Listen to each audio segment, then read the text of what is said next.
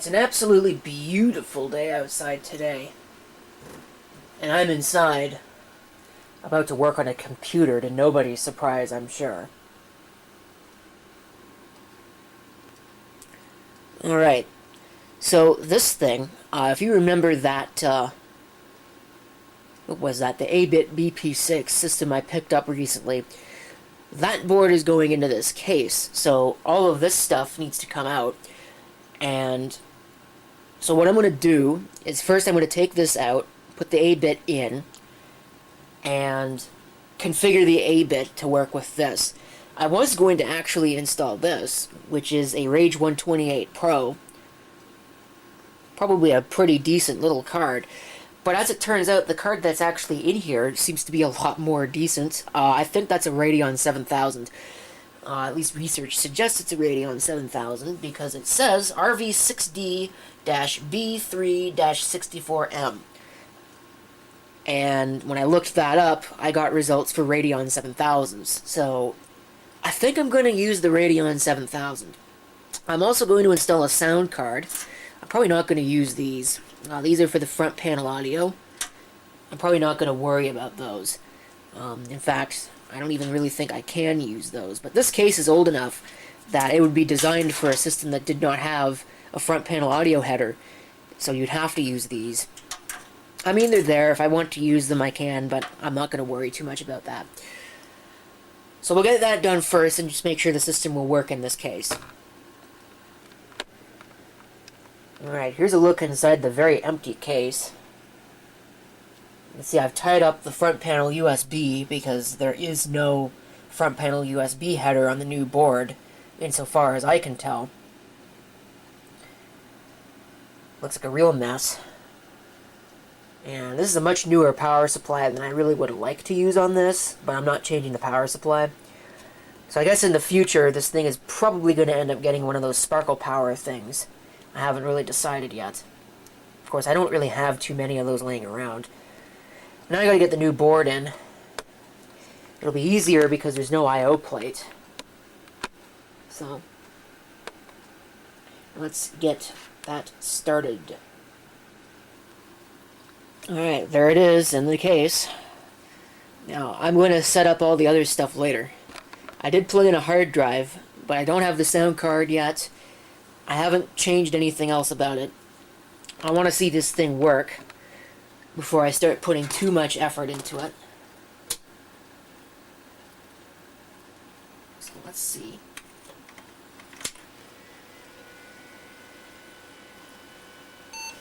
I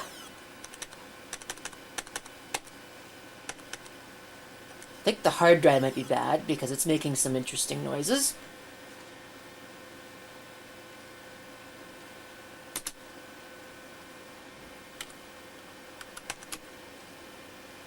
I don't know if you could hear that. That noise.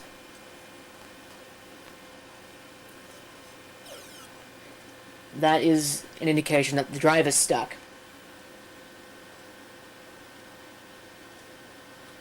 And it doesn't even see it. So, apparently there's an issue with the floppy drive. So, I guess I'm going to have to straighten some of that out, and then I will be back, and hopefully everything will work. Okay, take two. I replaced it with a 10 gigabyte drive.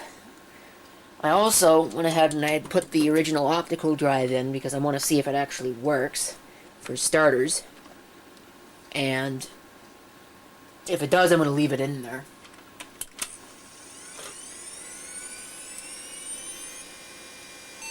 Well, that works a little better. At least it sounds decent. Not really sure what's on this drive, because I don't really know where it came from. Oh, there it is.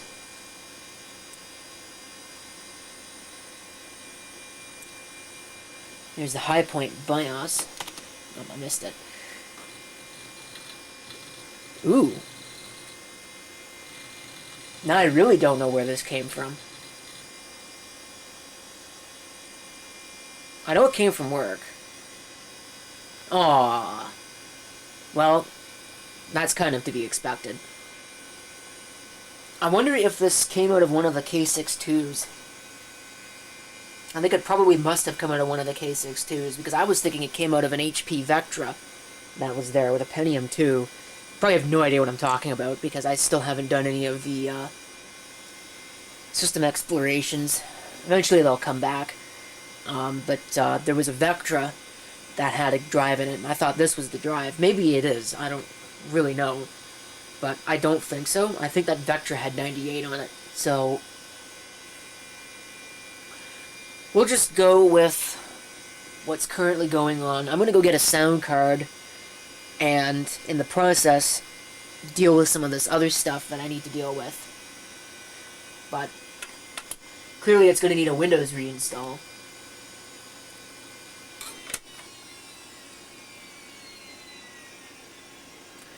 It's kind of amazing that the bearings on that drive are not worse than they are. Normally they screech like crazy. This one's not nearly as bad as I would have expected. Alright, so you might be able to see that I've installed a sound card and an Ethernet card.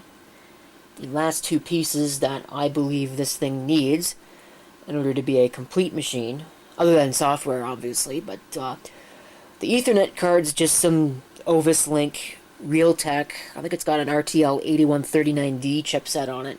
I trust those more than the 3Com ones, because I've had issues with 3Coms in the past. The sound card's just some random CT4810, probably a cheap piece of junk, but I was going for low-end components in this system because this would have been a budget build back in the day. So I gotta clean this cable mess up a little bit, but I want to power it up and just make sure nothing is going to blow sky high. Oh, I forgot to plug in the CD audio cable into the back of the optical drive, so I should probably do that. And hopefully I don't have it backwards, but, you know, I probably do. I don't think it'll do any damage. It's just that the audio channels will be reversed. Let's see if it actually powers up.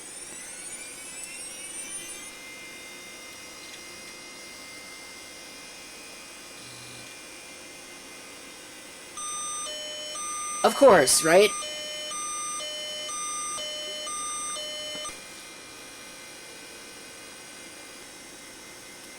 I'd love to know why this camera keeps requiring a cleaning tape like that. It's really silly. I had to get some chamois sticks and clean the head that way. But I'm not really sure. I'm gonna just disable that, because I wonder if that's maybe screwing it up a little bit. And I'm gonna set this appropriately. Of course, it is March 19th today. Can't believe we're already almost done March.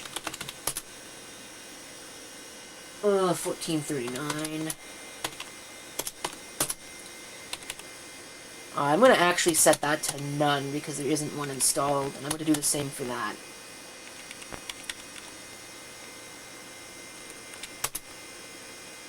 So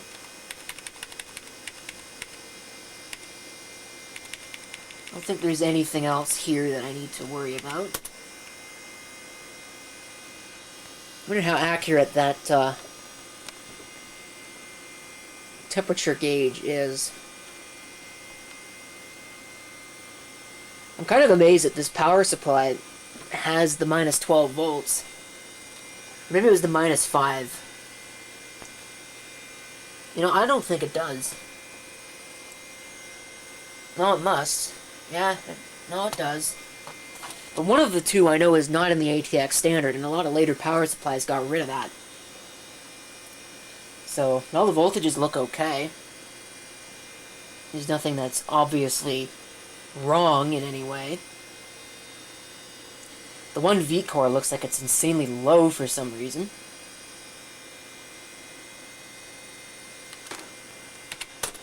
Wonder if maybe that's got something to do with it. I don't know. I don't think anything else needs to be played with. Let's see if that breaks it. Oh, it didn't. So, now I have to do the software thing. Well, that's way out of focus. Hopefully it hasn't been like that for too long. My apologies for that. Okay. I don't trust it to boot to the CD, so we'll just do that.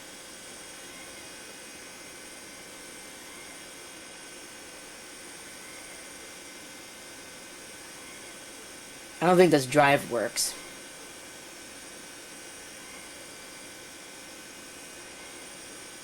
Because it shouldn't be doing that.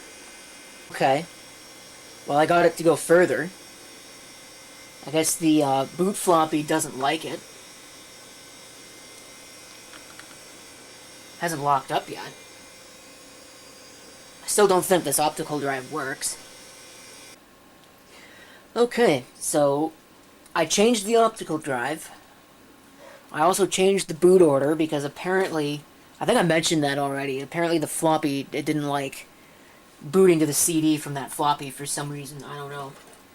I guess it's because these disks are configured in some weird way. But I also, just now, upgraded the memory to its supposed maximum of 700 and, what is it, 768.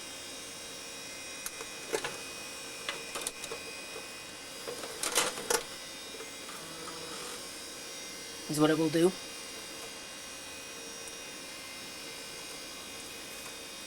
So let's hope that it's going to boot. Yes. This is a more period correct optical drive. It's a CD burner from 2004.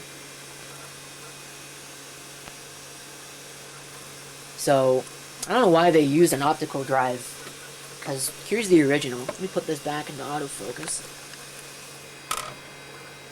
It was manufactured in November of 1996. I'm not really sure why they use a drive that was manufactured in 96, but they did. Either it was stock that was laying around and somebody wanted a CD-ROM, because this was a bare basement bargain machine. Although even then, you know, it's a dual Celeron.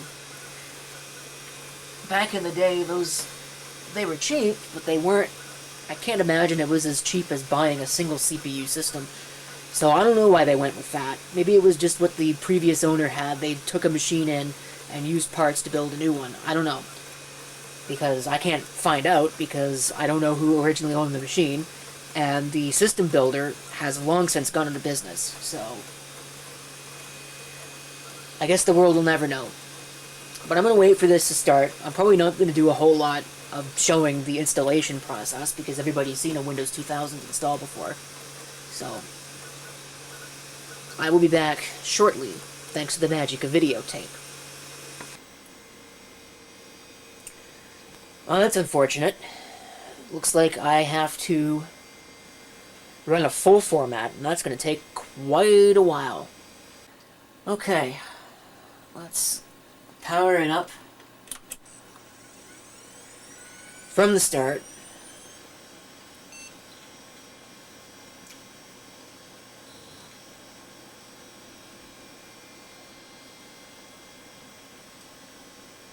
That one processor's thing still kind of makes me wonder if it's actually seeing the second CPU or not. That coupled with the fact that the V-core was so low. Oh, I need to change the boot order. Because the boot order is wrong now. I need it to boot to the floppy. At some point.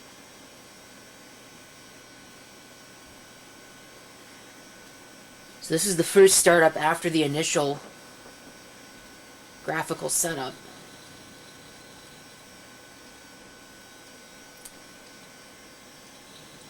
It's really kind of slow. I'm not sure what kind of drivers we're going to need either. Because I don't even know if you can get...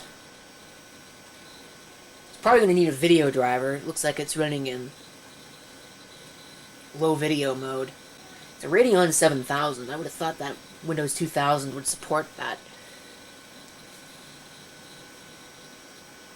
Maybe I'm being a little bit too expectant Is my mouse working? Okay, my mouse is working now. It was not working before.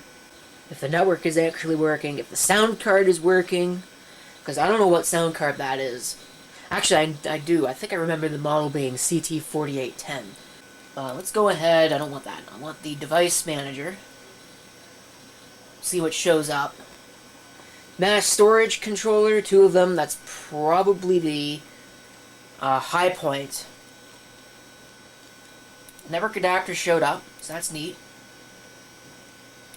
All the hard drives are accounted for. MPS uniprocessor PC. Yep, it only sees the one CPU. That's a bit annoying. Well, I changed it from a MPS uniprocessor PC to an MPS multiprocessor PC. And while I didn't break the whole computer, which frankly I kind of expected it would, it's amazing that it started back up again after doing that, but it also doesn't seem to have done anything because it does not see both CPUs. It only sees the one. So, I don't know if maybe Windows 2000 is just not compatible with this particular setup, or if there's something else going on, because you can't use Windows 9X on this, because Windows 9X does not support multi-CPU on anything. So, I don't know. Could I run Windows XP on it? Probably. Do I want to? No. Do I care? No. I don't know if I really care enough to do a whole lot else with this. But, just the fact that it works is really more amazing than anything else. And I'm inclined to kind of leave it alone because I don't want to break it. So, at the very least, I did upgrade it. All the RAM is upgraded, 768 megabytes of PC-133. So, of course, it's not really going to tell you a whole lot because it can't. And for whatever reason, this is not filled out at all. It's an ABit. It doesn't really say that it's an ABit BP. Oh, there it is. ABit BP6. So you can see it. It's a 440BX chipset. So, pretty standard stuff. I might reseat the CPUs. I probably actually will, because I'm probably going to change the thermal compound, just because it's been how many years since this thing was made. It could benefit from some new thermal compound. And yes, these newer CPUs do need thermal paste. It's not like the ceramic Pentiums, the purple ones, where you can get away without it. These style Pentiums do need thermal compound, because these are not the ceramic ones. They have the die pretty much exposed. So, and that's what's basically installed in there right now. Well, that's it for this video, so thank you for watching. If you have any comments, feel free to leave them down below. And this is CP666 signing off. And I hope to see you next time. Till then, oh hush. I'll do whatever I want.